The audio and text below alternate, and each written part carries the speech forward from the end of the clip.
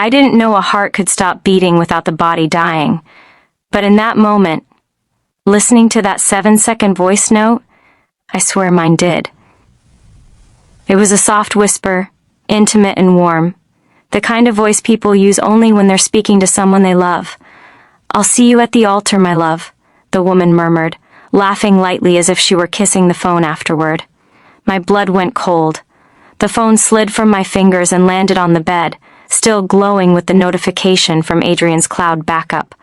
The voice was unmistakable, familiar in the worst possible way.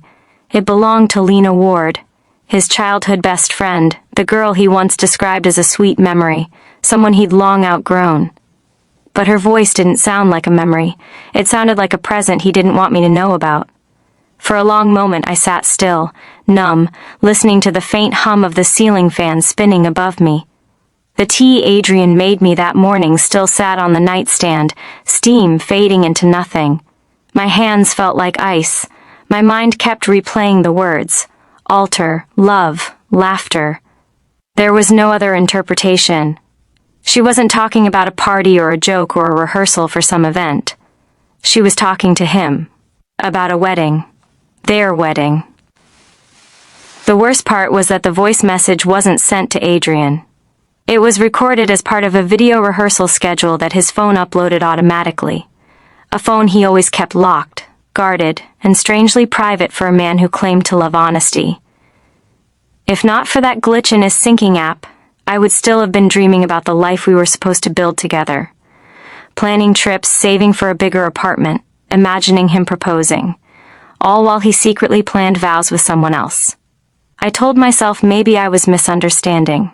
Maybe there was an explanation. Maybe something, anything. But hope is a cruel liar, and the truth doesn't wait to be invited. It forces its way in. It came in the form of an email that pinged on my laptop just minutes after the voice note. An email titled, "Final rehearsal before the wedding. Everyone must attend." I clicked it with shaking hands. Inside was a PDF schedule, crisp and official. The first name under groom, Adrian Hale, the bride, Lena Ward. My breath caught in my throat. My eyes blurred. I blinked hard, but the words didn't change. My boyfriend, the man I lived with, the man I loved, was getting married. And not to me. I scrolled through the email searching for some insane explanation. But instead, I found something worse.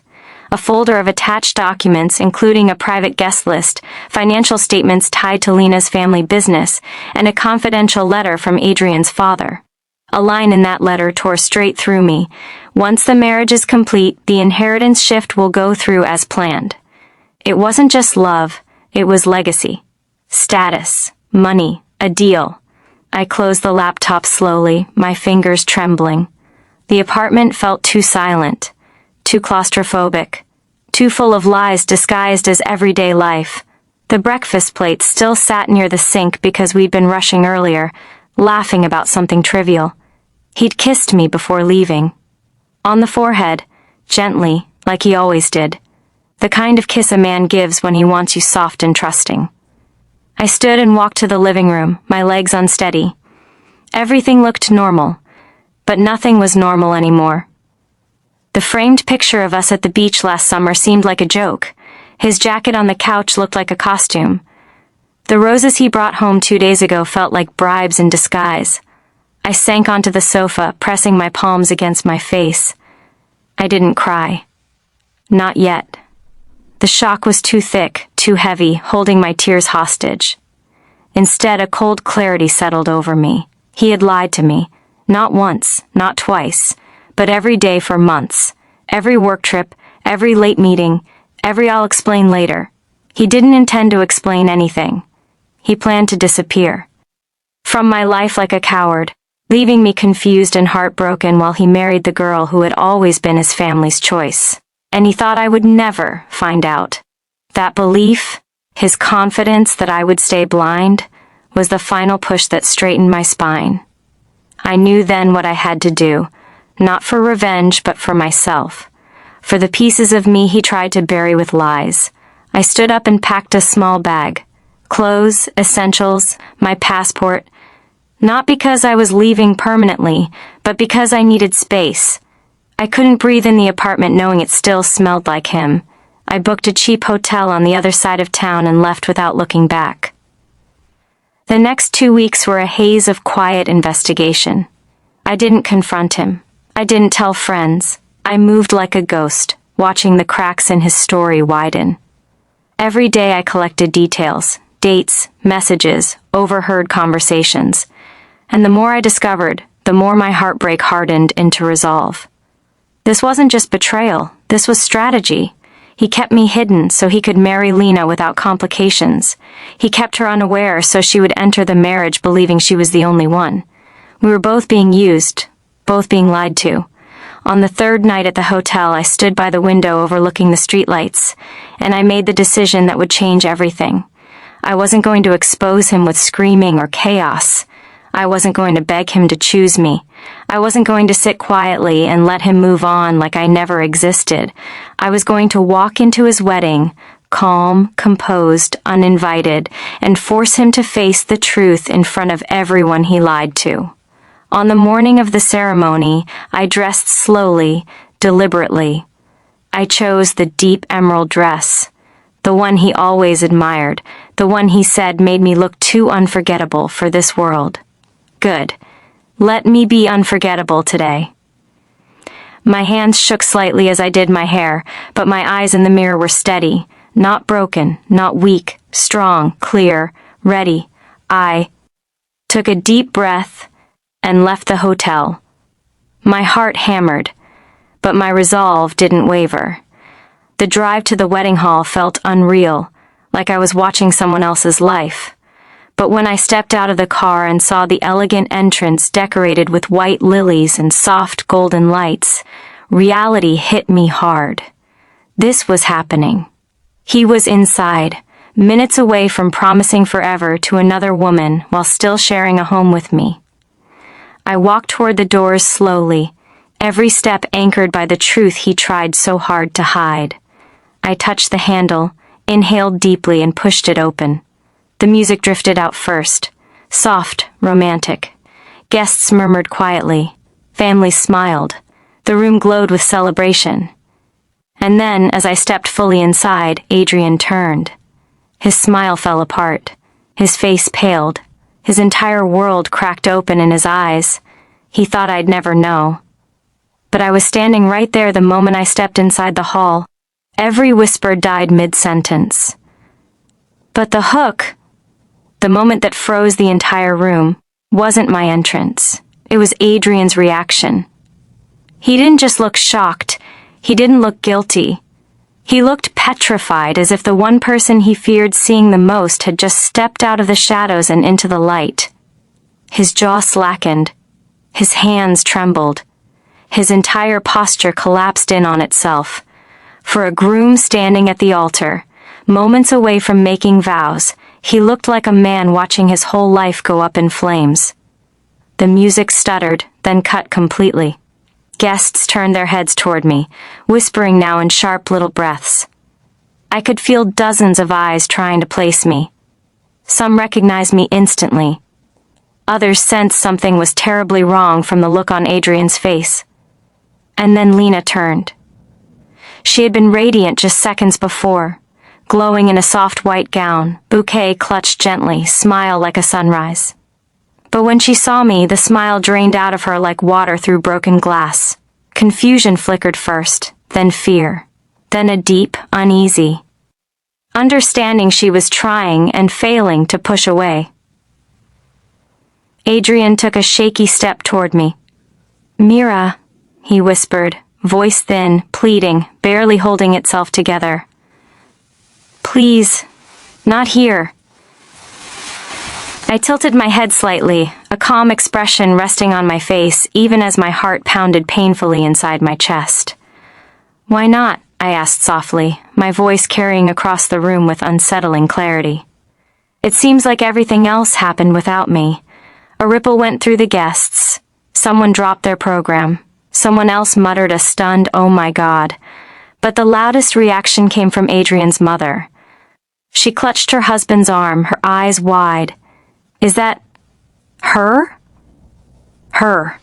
The girl Adrian had introduced to his parents as just a friend, the one he said was temporary, the one he insisted wasn't serious enough to mention to anyone important. I hadn't known whether to laugh or collapse when I first learned that. Today, I simply stood straighter. His father pushed himself up from the front row, his expression dark and stormy. Adrian, he demanded, what is going on? Adrian ignored him. He reached out as if to touch me, then let his hand drop, terrified of the consequences. Mira, let's go outside, please. Let me explain. I met his eyes, the same eyes that once made me feel safe, but now looking into them felt like staring into the hollow center of a lie. Explain what? I asked quietly. Why you were sharing a home with me while planning a wedding with her. Why you kissed me goodnight and then called her your one true love. Why your phone synced the truth to my laptop. Gasps filled the air. Lena's grip on her bouquet tightened until her knuckles turned white. Adrian's voice cracked. I wasn't trying to hurt you. I never meant for this to happen. I let out a soft, humorless laugh. You never meant for me to find out. Silence swallowed the hall whole. Lena stepped forward then, eyes glistening. She looked at Adrian, not me. You told me she was over, that it ended months ago, that she moved out, that your heart was mine. Her voice shattered on the last word. I turned toward her gently, my anger dissolving into something else. Empathy. I didn't come here to humiliate you, I told her. I came because he lied to both of us. You deserve the truth as much as I do. She stared at me, her breath unsteady, and then in a whisper that cracked the fragile silence, she said, Thank you. Her bouquet slipped from her hands and hit the floor with a soft thud that echoed louder than any shout. Adrian's father strode toward him, face red with fury. Answer her, he snapped. Answer both of them. Did you lie? Did you deceive this woman while planning to marry another? Adrian's voice broke completely. I was trying to protect the family, the inheritance deal. Dad, you know how important. His father cut him off sharply. Do not use business to justify betrayal. The words hit him harder than any slap. I felt something shift in me then. A heaviness I didn't realize I'd been carrying began to loosen. This wasn't about revenge anymore. This was about clarity, truth, freedom. Lena wiped her eyes and looked at me again, not with anger, but with deep, aching understanding. Did he really tell you he loved you? She asked softly. I nodded. Just this morning. She inhaled sharply, pain washing over her features. He said the same to me yesterday. Adrian flinched as if struck. Her voice hardened, quiet but resolute. I can't marry you. Not with this. Not with lies. Not with shadows in the room while I'm supposed to promise forever. She turned fully away from him. Adrian panicked. Lena, wait, let me fix this. There is nothing to fix, she said, tears sliding down her cheeks. You made choices. We're just seeing them now. She whispered one final sentence as she walked past me. Thank you for saving me from a lifetime of wondering. I swallowed the lump in my throat. You deserve honesty, I murmured. As she exited the hall, shoulders trembling but head held high, a hush fell upon everyone left inside. Adrian stood alone near the altar, breathing heavily, eyes flickering between the exit and me, like he didn't know which loss hurt more.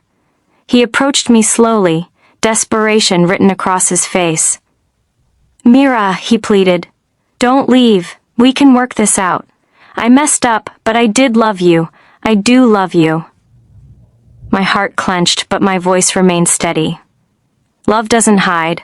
Love doesn't lie. Love doesn't build a future with someone else while keeping me in the dark. He reached for my hand, and this time I didn't let him touch me. I stepped back, just enough for him to understand without words.